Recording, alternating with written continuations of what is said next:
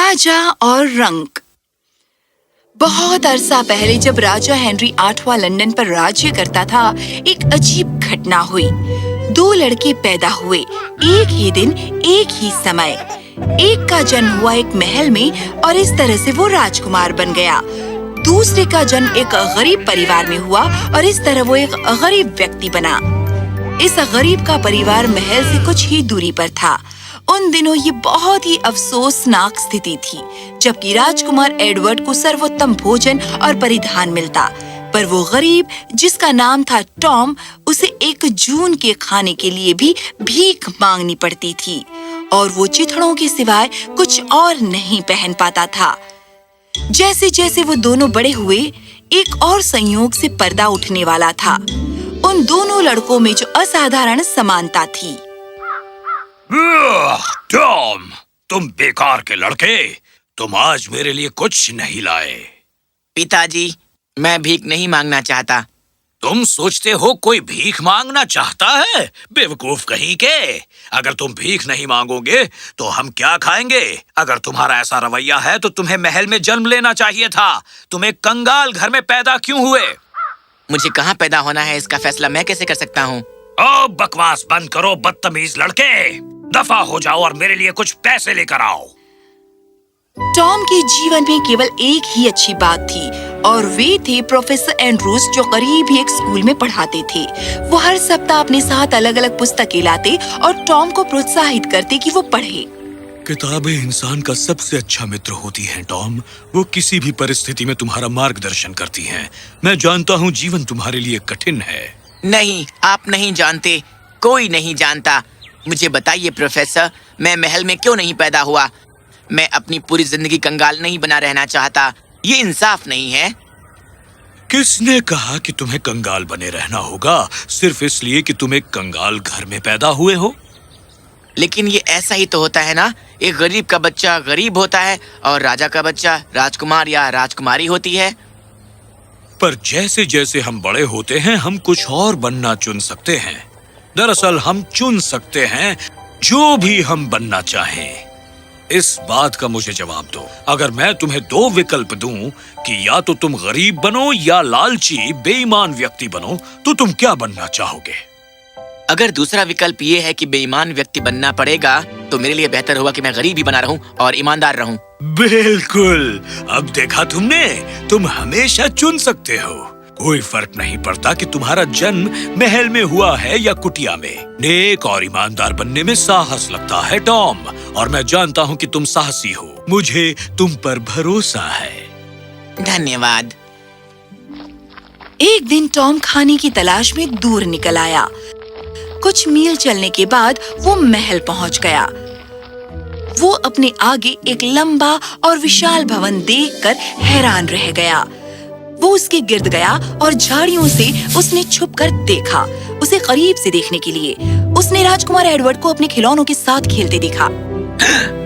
ये जरूर राजकुमार होगा। काश कि मैं भी ऐसा शाही जीवन जी सकता। हे, तुम इधर आओ। तुम्हारी हिम्मत कैसी हुई इस परिसर में घुसने की? चलो इसे महल के बाहर फेंक देते हैं। जैसे ही पहरेदारों ने टॉम को बाहर फेंकने के लिए उठाया, राजकुमार एडवर्ड दौड़ता हुआ बाहर आया। ये सब शोरगुल क्यों हो रहा है? ये लड़का महल में घुसने की कोशिश कर रहा था। तुम्हारा नाम क्या है दोस्त? मेरा नाम है टॉम कैंटे। मैं क्षमा चाहता हूँ राजकुमार, मैं नुकसान नहीं पहुँचाना चाहता। मैं बस आपकी खिड़की से झांक रहा था। हालांकि वो बहुत गंदे कपड़े पहने हुए था, टॉम बहुत आदर पूर्वक बात कर रहा था। राजकुमार उस लड़के के बारे में उत्सुक हो उठा। वो टॉम को अपने कमरे में ले गया और उसे खाना और मिठाइयाँ दी। टॉम को विश्वास नहीं हो रहा था कि वो एक असली महल में खड़ा है। आप बहुत ही भाग्यवान हैं। काश कि मैं भी एक राजकुमार होता। क्या तुम्हें यहाँ कुछ अजीब नहीं लग रहा टॉम? हमारे शारीरिक चेहरे में बहुत समानता है। देखो, वही गोल नाक, घुंघराले बाल, बड़ी आंखें। मैंने गौर नहीं किया था, पर एक बहुत ही महत्वपूर्ण बात है। वो जगह है जहाँ से हम आते हैं। इस राज्य में इसी बात का महत्व है कि आप कितने महंगे लिबास पहनते हैं और मैं चिथड़े पहनता हूँ। देखा नहीं आपके पहरेदारों ने मेरे साथ कैसा सलूक किया? उन्हें इसकी परवाह नहीं कि आप और मैं एक जैसे लगते हैं। कोई परवाह नहीं करता। मुझे इस पर विश्वास नहीं होता। रुको, क्यों ना हम अपने कपड़े बदल ले और हर एक को परखते हैं। इसमें मजा आएगा। मैं सुनिश्चित नहीं हूँ। इतना मत सोचो टॉम, अब हम दोस्त हैं। और उन्होंने ऐसा ही किया। टॉम और एडवर्ड खुद को दर्पण में देखकर हैरान रह गए। हम एक से लगते हैं, पर ये सब एक सपना है। अब हमें अपने कपड़े बदल लेने चाहिए। जल्दी क्या है, मुझे अपने पहरेदारों की परीक्षा लेने दो। मैं इस कमरे से बाहर जाऊंगा एक कंगाल का भेष बनाकर, और तुम यहाँ रुकना और राजकुमार एडवर्ड होने का दिखावा करना।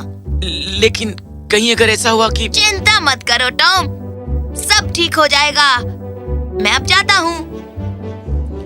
बाहर जाते वक्त राजकुमार ने अपनी अलमारी से कुछ उठाया और उसे अपने गंदे कपड़े में छुपा लिया, और वो फिर महल के मुख्य द्वार तक पैदल चलकर गया। पहरेदारों ने उसकी तरफ गौर भी नहीं किया। टॉम सही कह रहा था, वो बस इसी की परवाह करते हैं कि मैं क्या पहनता हूँ। उन्होंने मुझे पहचाना ही नहीं। एडवर्ड फाटक के पास गया और फिर मुड़ा अंदर जाने के लिए, पर पहरेदारों ने उसे रोक लिया। रुको, बहुत हो गया। अब हम तुम्हें अपने राजकुमार के आसपास और नहीं रहने देंगे। दफा हो जाओ। शांत हो जाओ, मैं राजकुमार एडवर्ड हूँ। और मैं राजा हूँ। क्या? नहीं, तुम नहीं हो। चाहे उसने कितनी भी विनती की, कोई फर्क नहीं पड़ा। पहरेदारों को यकीन नहीं आया। उन्होंने राजकुमार को बाहर फेंक दिया। ओह! अरे, ये इतना भी आसान नहीं है। अब मैं कहाँ जाऊँ? राजकुमार महल से दूर चलता गया और दुर्भाग्यवश टॉम के पिता ने उसे ढूंढ लिया। बेकार लड़के, तुम कहाँ चले गए थे? मुझे बहुत भूख लगी है। जाओ, जाकर खाना लेकर आओ। कभी किसी ने एडवर्ड से इस तरह से बात नहीं की थी। भयभीत और कश्मकश में वो वहाँ से चला गया, कुछ खाना लाने की तलाश में। जब वो सड़क पर आगे बढ़ा, राजकुमार एडवर्ड उसे देखकर विस्मित हो गया, जो उसके आगे उसे देखने को मिला। मेरे राज्य में लोग इतने गरीब हैं, विश्वास ही नहीं होता। हम हर दिन महल में इतना खाना जाया करते हैं, और यहाँ इनके पास इतना भी भोजन नहीं कि 2 जनों के परिवार को खिला सके।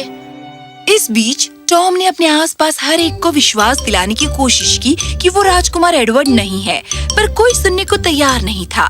उसके आसपास हर कोई उलझन में पड़ा दिखता था। क्या वो ठीक है? लगता है उसे कुछ हो गया है। मुझे पता नहीं।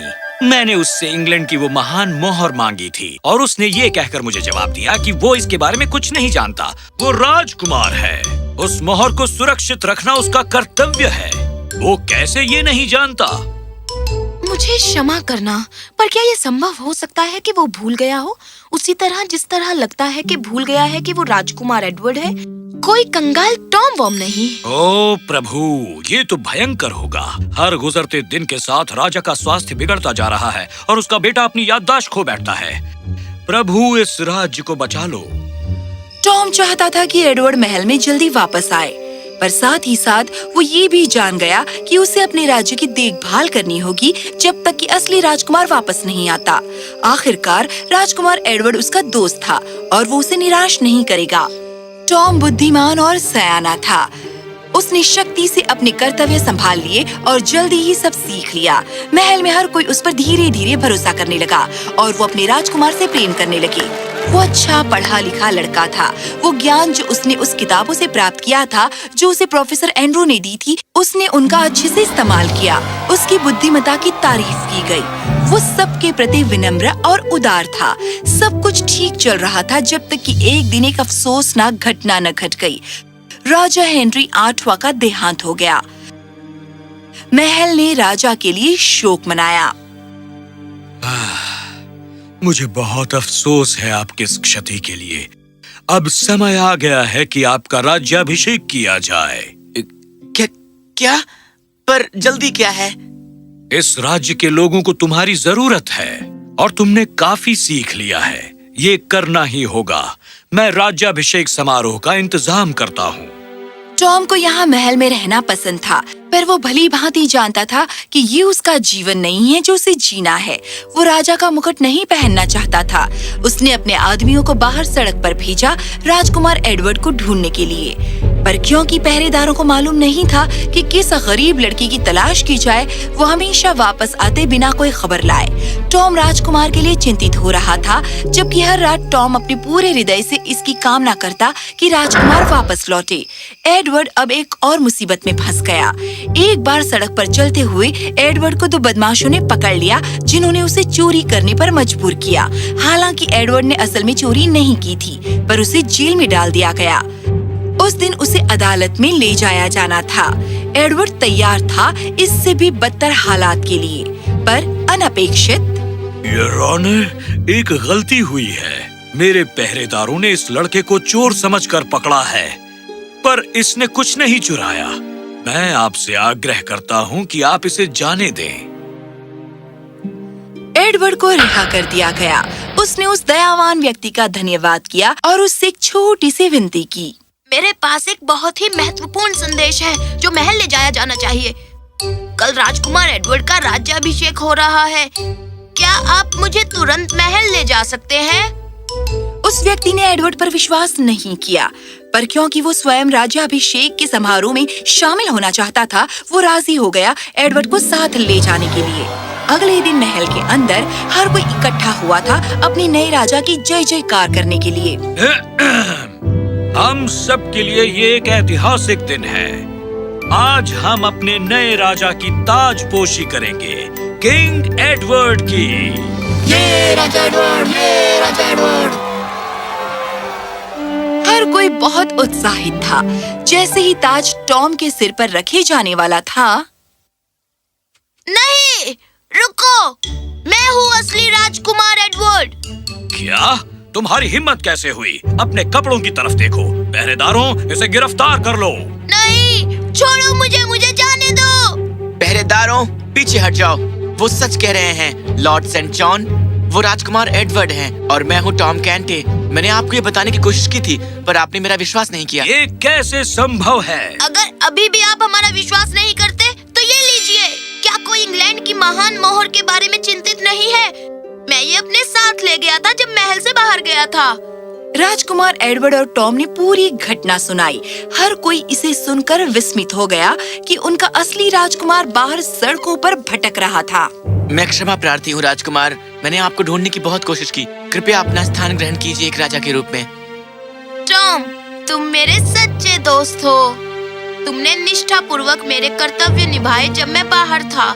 मैं तुम्हारी ईमानदारी से बहुत प्रभावित हुआ हूँ। तुम आसानी से झूठ बोल सकते थे, मुझे गलत साबित करने और सिंहासन छीनने के लिए।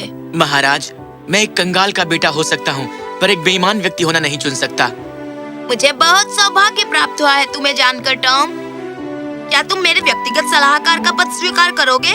इस राज्य को तुम्हारी बुद्धिमत्ता और ज्ञान की जरूरत है। मैं आपका आभारी रहूंगा महाराज। जैसे ही असली राजकुमार का राज्याभिषेक किया गया इंग्लैंड के राजा के रूप में, उसने तुरंत ही कुछ मुख्य परिवर्तन किए अपने राज्य के नियम और कानून में। आसपास गरीबी देखकर उस पर बहुत गहरा प्रभाव पड़ा था। अपने पूरे राज्यकाल के दौरान वो बहुत ही दयावान राजा बना रहा। राज्य टॉम कैंटी और उसकी ईमानदारी से बहुत प्रेरित हुआ। राजा एडवर्ड और टॉम कैंटी करीबी दोस्त बने रहे अपने शेष जीवन भर। कहानी खत्म।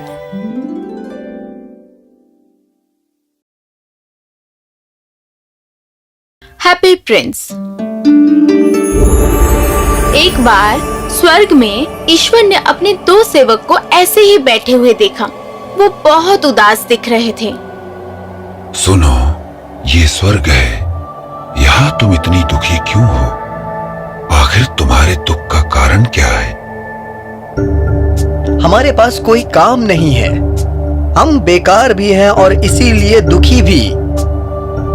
ठीक है, तो पृथ्वी लोक पर जाओ और शहर से 2 अच्छी चीजें ढूंढकर मेरे पास ले आओ। और फिर वो 2 ईश्वर के सेवक स्वर्ग से पृथ्वी की दिशा में उड़ चले। वहाँ उन शहर के बीचों बीच एक स्मारक दिखा जो सोने का बना था। उसकी आंखें नीलम के पत्थर की थी। उसके बेल्ट में भी मानिक जड़ा था।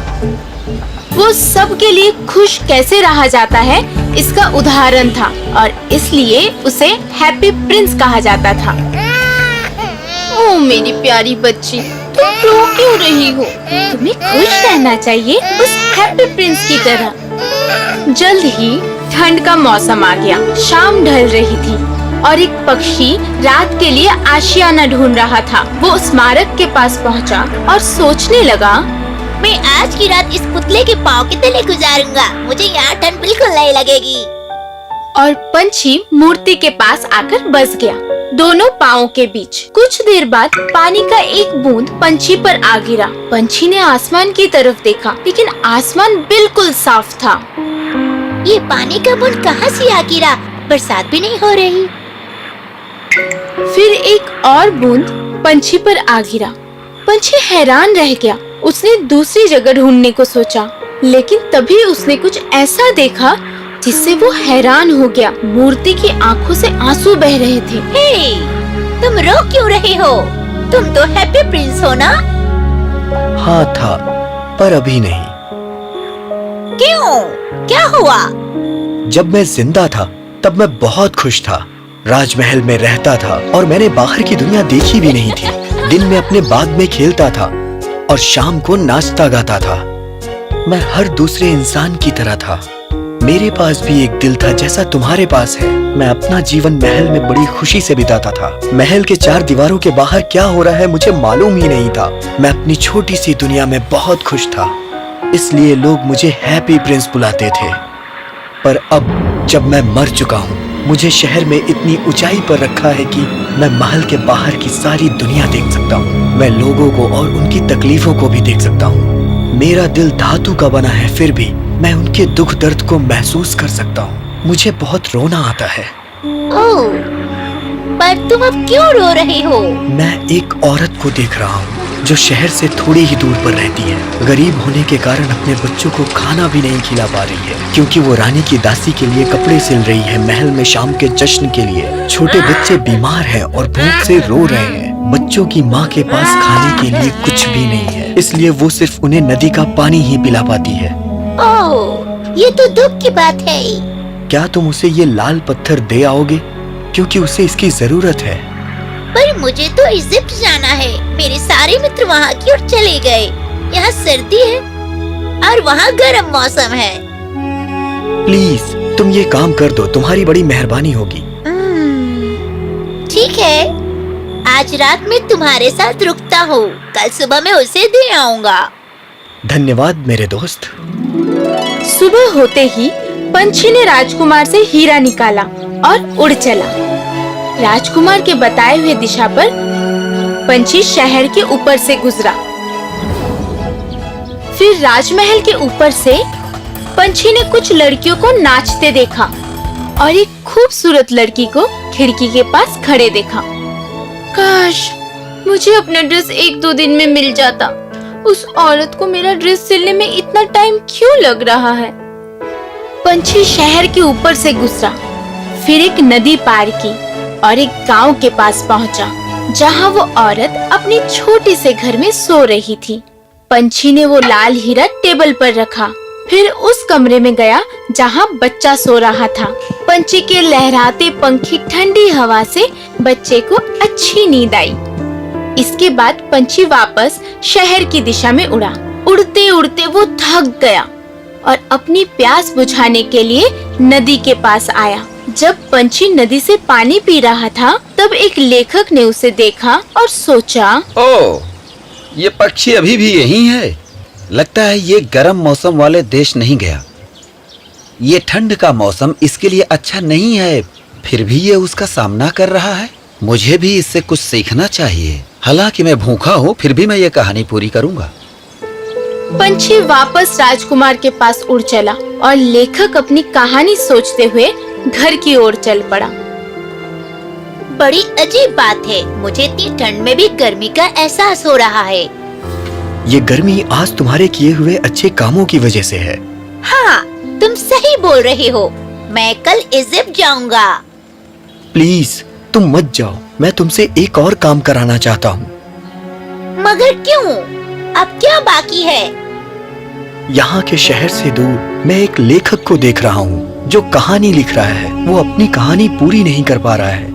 आज उसके घर में खाना पकाने के लिए आग भी नहीं जली है। वो एक छोटे से कमरे में रहता है जो काफी ऊंचाई पर है। तुम मुझसे क्या मदद चाहते हो?